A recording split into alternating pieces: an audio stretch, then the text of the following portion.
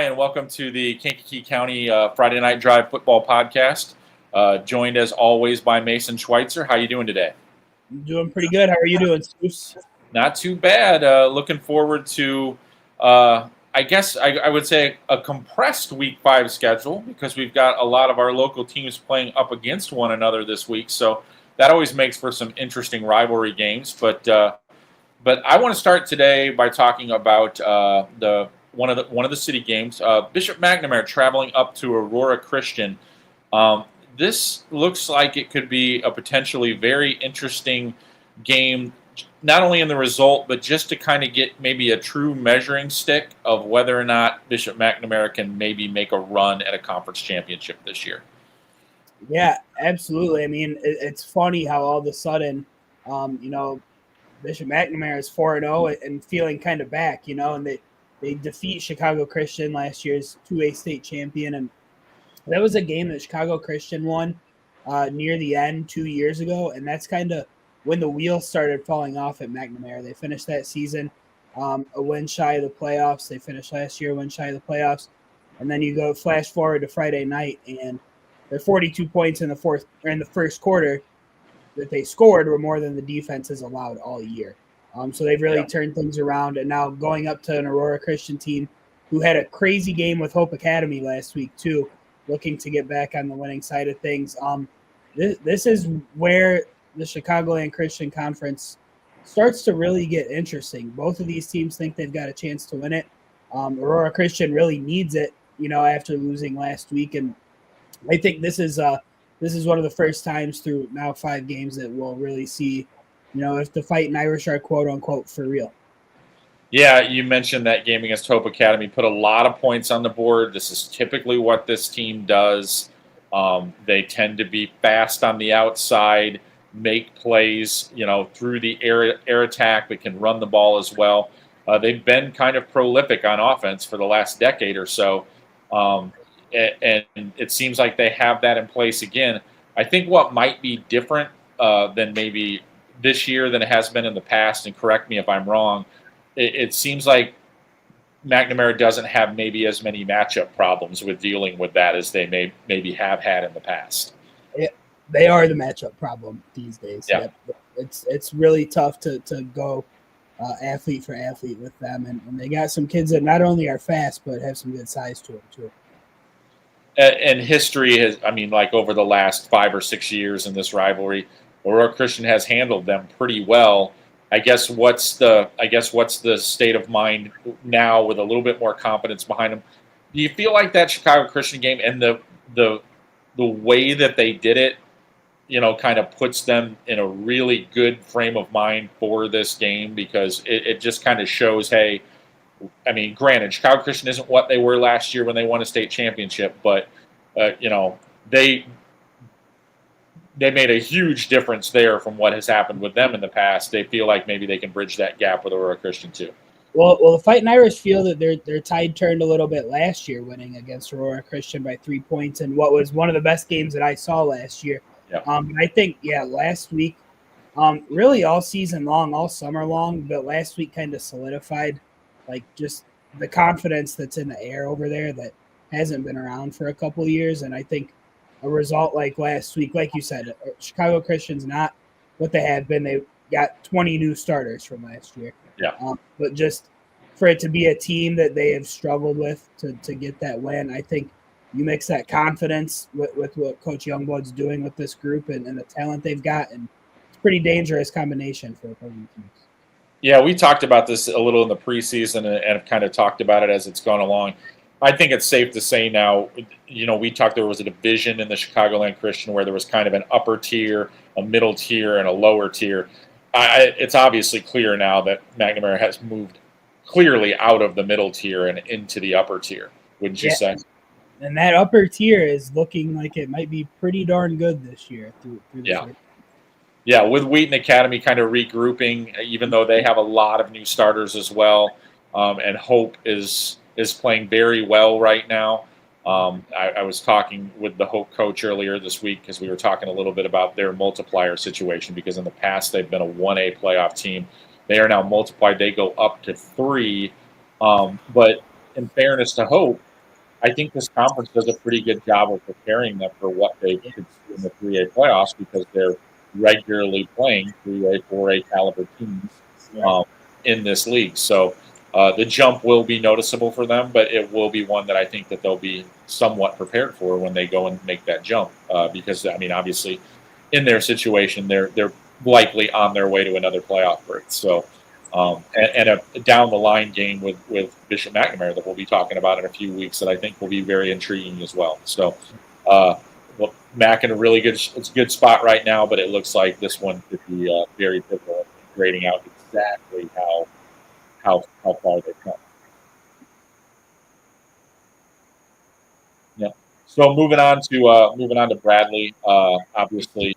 A really good situation for them as well. I was talking to you earlier this week, cracked into the Friday Night Drive power rankings for I believe the first time since we've been doing that. So, kind of noticeable in the way that they've gotten themselves to 4-0. I felt like this schedule. Some of the non-conference games were going to tell us a little bit about what was going on. I still feel like the real questions for Bradley will be answered in the back half of their schedule, especially with the 2 games against Lincoln Way. This game against Stag, a struggling Stag team sitting there at 0-4 right now. Just kind of a game that Bradley kind of needs to, keep that focus because, getting through this game without any major missteps, I think that would probably be the primary focus for them this week, wouldn't it? Yeah, I mean, it's homecoming week this week, too, that there's always a little something there. You want to make sure that you get out of that unscathed and everything. And this is a game that I'll be at Friday. Excited to see the Boilers. They had their real first test of the season last week against St. Mary's Southside Prep, 135-22. The first time that they haven't won by 5+ touchdowns. So good for them to see a little bit of a test, not let it phase them, get a win. And yeah, like you said, a Stag team that's really struggled. These 2 teams have played almost every year as members of the Southwest Suburban and Southwest Valley. The last time Stag won this matchup goes way back to 2009, actually my senior year of high school. That fall was the last time that Stag won this game. So I think the Boilers probably roll again. And like you said, they just want to look to get into week 6 healthy because that's when things really get interesting for them. In terms of what they've been able to do, like you said, that first kind of really competitive game for them, to be honest with you, I thought they would have one of those before now, especially with some of the teams that were on their non-conference schedule.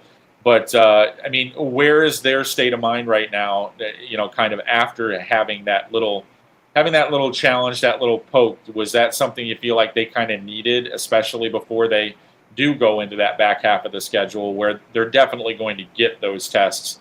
I mean, this isn't going to be a cakewalk the whole time like it had been. So, what's your feel on where they're at mentally right now after kind of getting pushed a little bit? I don't think that, I think mentally they've been engaged and they haven't gotten too confident or anything like that. I don't think they needed to be, quote, knocked down a peg or anything. But I think that, you need experiences like that during the season to kind of get those calluses, just kind of on your team wide. So I think that I'll have a better answer for that question for you after Friday night, and I'll see how they come out. But I think that, I don't think that they, quote, needed that, but I think obviously those kinds of games always kind of help you in figuring some things out. So moving over to Kankakee, I was able to kind of keep an eye on that Kankakee game last week with Normal Community into the 4th quarter. I kind of got bits and pieces of what was going on while I was trying to watch 5 or 6 other different games at the same time. What have you gathered from that game? How was Kankakee able to do what they did? Because they pulled off a pretty significant rally there in the 4th quarter and then iced it with a late pick 6. What have you been able to pick up on the K's this week and kind of the aftermath of picking up that big non-con victory down in Normal? You got to give all the credit to Cedric Terrell III. That kid is incredible. He started the season off with a big 80+ yard touchdown against Naz on the 3rd play of the game, and he has not stopped balling out since then. They trailed 10-0 at halftime of that game. Cedric caught 2 touchdown passes from Philip Turner, including the go-ahead touchdown late in the 4th to put them ahead 21-17. And then, like you said, Cedric was the one that had that big pick 6 with, I believe, just under a minute left. It was 40. It was late.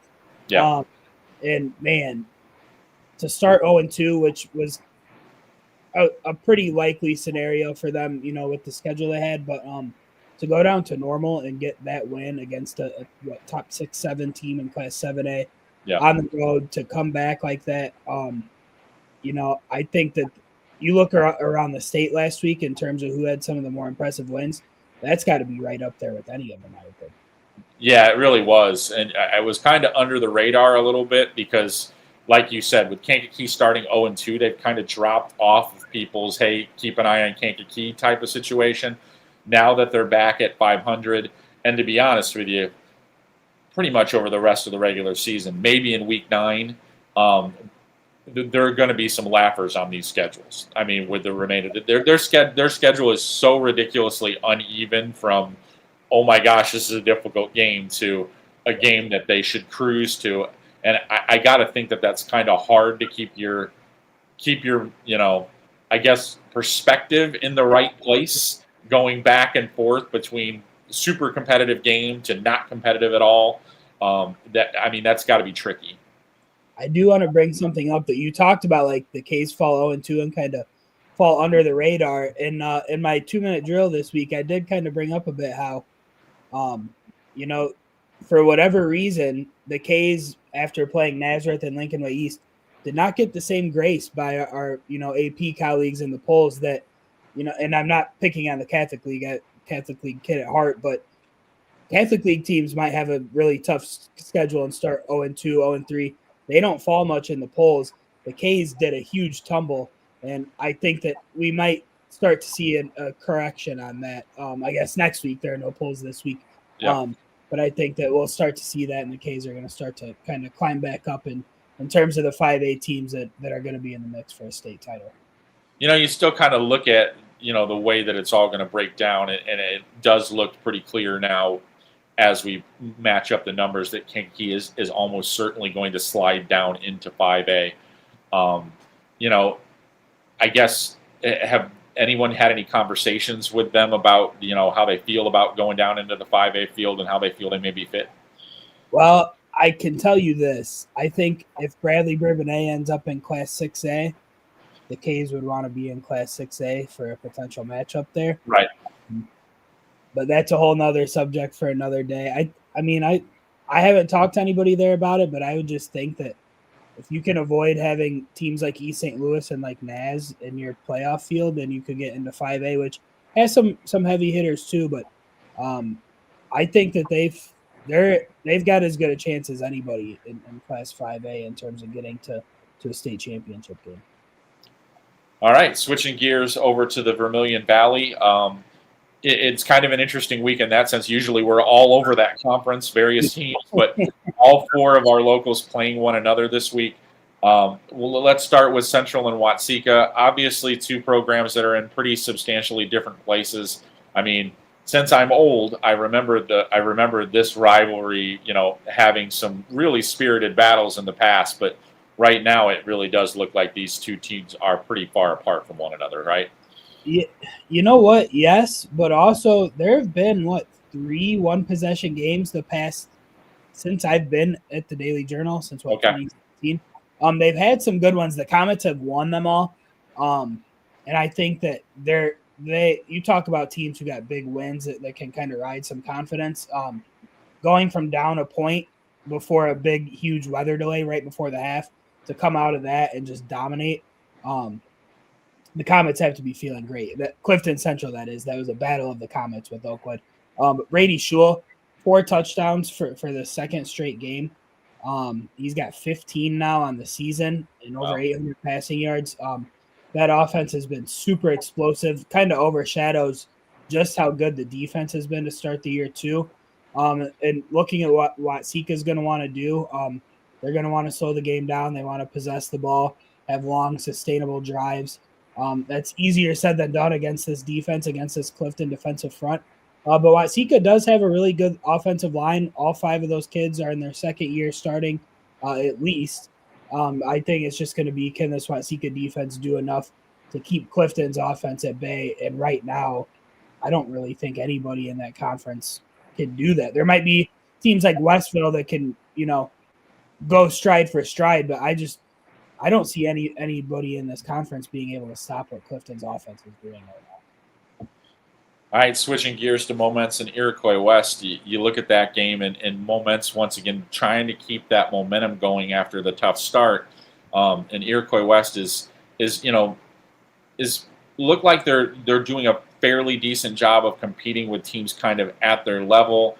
Are they close enough to Moments to make this an entertaining game in your opinion? I think they could make it entertaining. There's some kids on Iroquois West that can do enough to really get under your skin and kind of test you. They've got some really good speed. Like you said, it was 2 1-point games that Iroquois West started the season with, won one and lost one.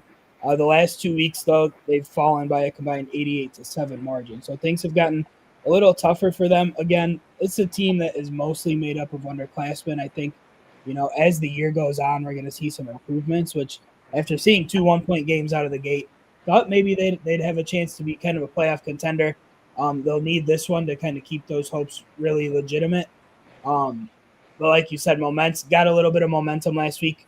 Quarterback Eric Castile had his best game of the season, over 350 passing yards, threw for 4 touchdowns. He ran another one.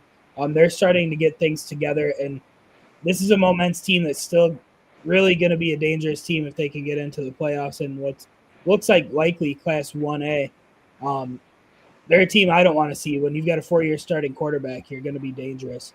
And I think Castile and that offense are starting to heat up.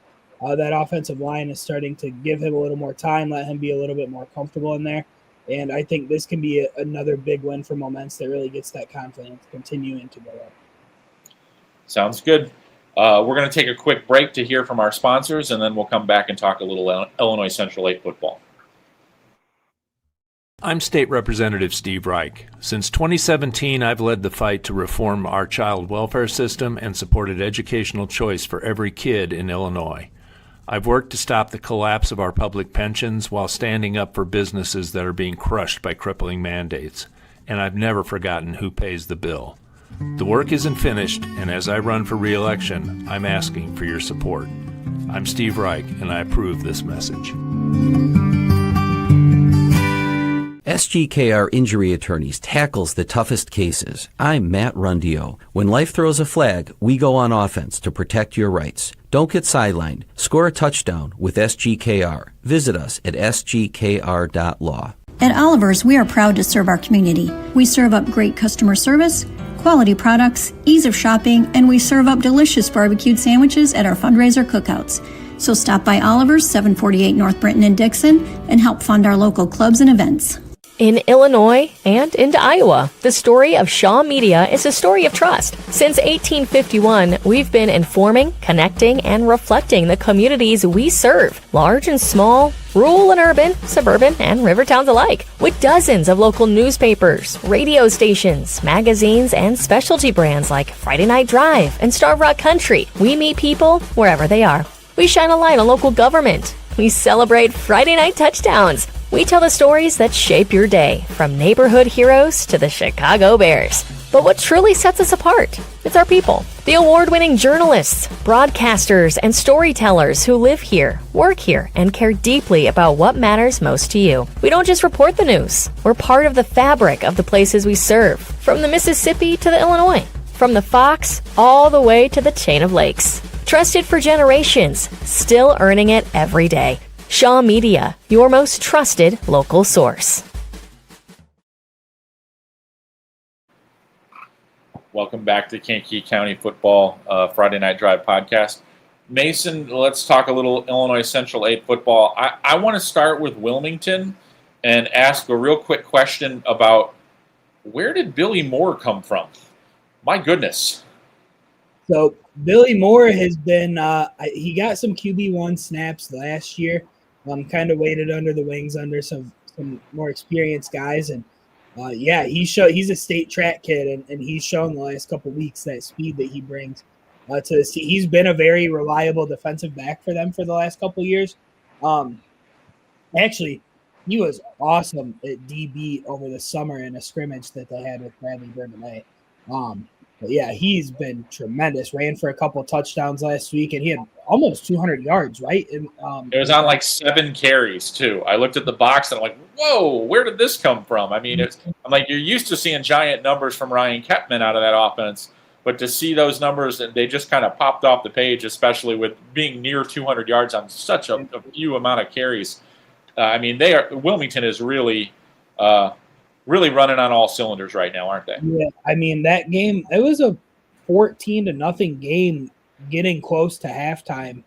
And then all of a sudden, the wheels just kind of came off for Herscher. Next thing you know, it's another 49-7 Wilmington victory, which seems to happen how many times a season. Week 1, obviously that huge rivalry game that went down to the wire with Morris didn't quite go their way. And ever since then, the Wildcats have been what the Wildcats are. And it's looking like another collision course with Coal City to determine the conference. But Mantino, man, they've had a couple interesting last couple weeks. A goal line stand doesn't go their way against Herscher, and they fall in that rivalry game. Last week against Braidwood, that game got delayed by, I believe, a couple hours. Yeah. By the time it finally starts, Tyler Bueller returns a kick for a touchdown. He returned a punt for one later. Set the stage for a wild game. The Panthers led by 4 touchdowns. Watched Reed Custer storm back and had to hold on. So that was a really wild one. And now you turn and you've got to go to Wilmington. And last year, the Panthers were 7-0 coming into their Coal City and Wilmington games to end the regular season. They've got Wilmington and Coal City these next 2 weeks, sitting at 3-1. And man, with how balanced that kind of next year is looking in the Illinois Central 8, if they can score a huge win against one of those 2 teams, whether it be this week or next week, that would really ease the anxiety about getting to 5 wins for the Panthers. But obviously, easier said than done against a Wilmington team that's playing well and a Coal City team we'll talk about in a bit that's also really rolling right now. It gets a little, like you said, the middle of the Illinois Central 8 makes this a little bit trickier for Mantino than maybe it has in past years. And then they also have the added wrinkle of playing even though they're a smaller school, a pretty athletic and fast Gibson City team in replacement of that Lyle game. So you start doing the math in your head, and it's like they're going to have to get at least 1, probably 2 somewhat difficult wins on paper over the course of the rest of the season. I mean, that rivalry game, with Piatone, that's another one that could go either way on paper. So you look at all those kind of lined up over the rest of Mantino's schedule, and you just look at it and you say, well, they're at 3 now, and they need to get 2 more just to get in. Those 2 more, are going to be a bit of a scrap in getting those 2. So, so it's definitely kind of a tricky situation for the Mantino Panthers looking forward. So you mentioned, go ahead. How is the kind of the 4 or 5 winish mark looking in terms of the playoff bubble so far? To be honest with you, when you're looking at the 4-win teams, you have to look first to teams that are playing overpowering non-conference schedules, because like a team like Mantino, just looking at their schedule, they would have virtually no chance to get in as a 4-win team. I wasn't sure if we've gotten to that point yet as we continue to lose teams to Yeah, the only team that potentially could have that kind of resume based on their non-conference schedule is a team we talked about earlier. If they were in that situation, which they won't be, would be Kankakee, because you're stacking wins with Nazareth, Normal Community, and Lincoln Way East. That's the kind of team that you have to look at for a potential 4 and 5 team getting in with playoff points. So in the Kankakee area, that would be the prime candidate if they found themselves in that situation. But we both know that probably isn't going to happen. So I would think you're right. Yeah. So switching gears back to the ice, you mentioned Reed Custer a little bit. Didn't get the win last week against Mantino, but showed a lot of pluck in that one. I know that doesn't mean anything in the grand scheme of things, but this is a program that clearly has made some strides from last season, right? Oh, I think, reading your preview capsules for the week, and you talked about how Reed Custer is probably not too interested in moral victories. That's right, 100%. Obviously, every team wants to win every game, but I think that last week really showed that, the Panthers are a legit threat to get back into the playoffs. They sit at 2-2, heading into a rivalry matchup with Coal City. That's one of the area's most fierce rivalry games. They're going to have to control things on the ground. They've got a really nice Thunder and Lightning combination with Dominic Alamo, a state wrestling kid at 215, I believe, and then Caden Klein, the speedy sophomore. Those two have been quite a punch to try and defend. And they're going to need to be able to sustain some drives because Coal City is red hot right now. A little bit different of a Coal City offense than maybe folks are accustomed to, but Connor Henline, man, we saw in spurts when he filled in at quarterback last year for Xander Mentz while he was injured, that Connor had a lot of talent, and man, we're seeing that. He had 5 touchdown passes last week. This offense just has so many different kids that Connor can get the ball to, so many kids they can hand it off to. Pretty much the entire line that blocked for Landon Benson on his way to the school rushing record last year, that is pretty much back in place. The defense is as dominant as Coal City defense usually is. A real tough test for the Comets this week, and I think the Kohler's, this is a good chance for them to get to 4-1. Kind of like Wilmington, had a tough loss to a really good team on the road early in non-conference play, losing up at Richmond Burton. And I think that even in that loss, we saw a lot of how good Coal City is, and I think we're just going to see that more and more as the next couple of weeks unfold. I have to say I've seen a lot of Coal City football in my lifetime, and this is going to take some getting used to for me because I have seen some really good Coal City football teams that I think might have been hard-pressed to throw for 5 touchdown passes all season. So that's not a knock on what they're doing. They just did other things so very well that they did not need to throw the football very much.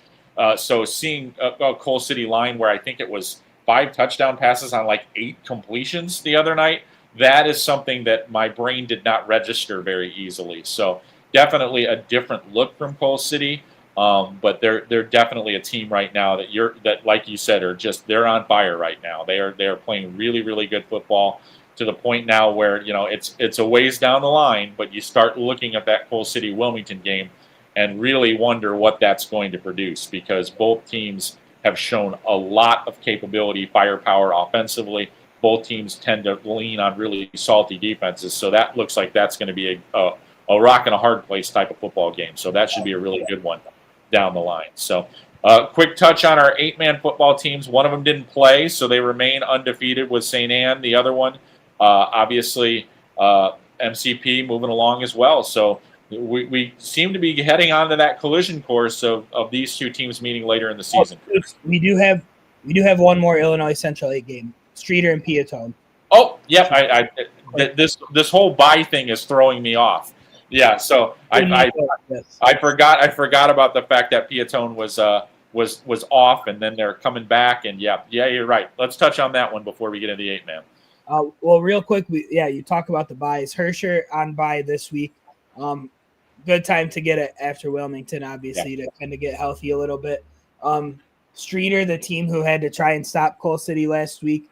I'm really curious to see how this one unfolds. We saw Piatone kind of switch things up a bit against Wilmington in week 3, going with the more spread look. They've got kind of a different group of skill kids this year. So outside of their bye week with their Lyle week last week, really curious to see if they go back to kind of the traditional tight splits, double wing look that we've seen from Coach Siamas and them boys over the years, or if this is who they are with kind of this more spread look. So I think, when you go from one end with Wilmington to the other end in Streeter here, if we'll see things like kind of look the same or what things will look like. But Piatone, another one of these teams that is looking at a way to get to 5 wins. And there's so many of these teams that it's within reason they can do it, but it's not going to happen for everyone. And this one at home for the Blue Devils, a game that did get moved up an hour to 6 p.m., by the way. This is as close to really a must-win to kind of stay in a positive position towards the playoff as the Blue Devils can have, I think. Yeah, and it is kind of a good bridge game for Piatone coming off of that little week there, because let's be honest, Streeter's been giving up a bunch of points. They've struggled so far this season. So if you wanted a game to maybe tinker with some things and see what works and what doesn't, this looks like an ideal opportunity to do that. So you might see a mixed bag from Piatone would be what I would guess, is that like, hey, look, let's experiment a little bit here, see if this works.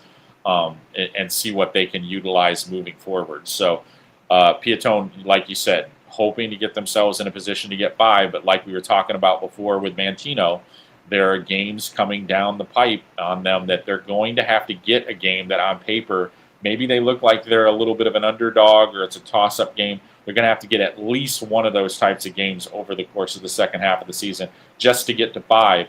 That's how jumbled the middle of that conference is and how even I think a lot of those teams are. So it should be really interesting to see how the next 5 weeks play out, particularly in that league.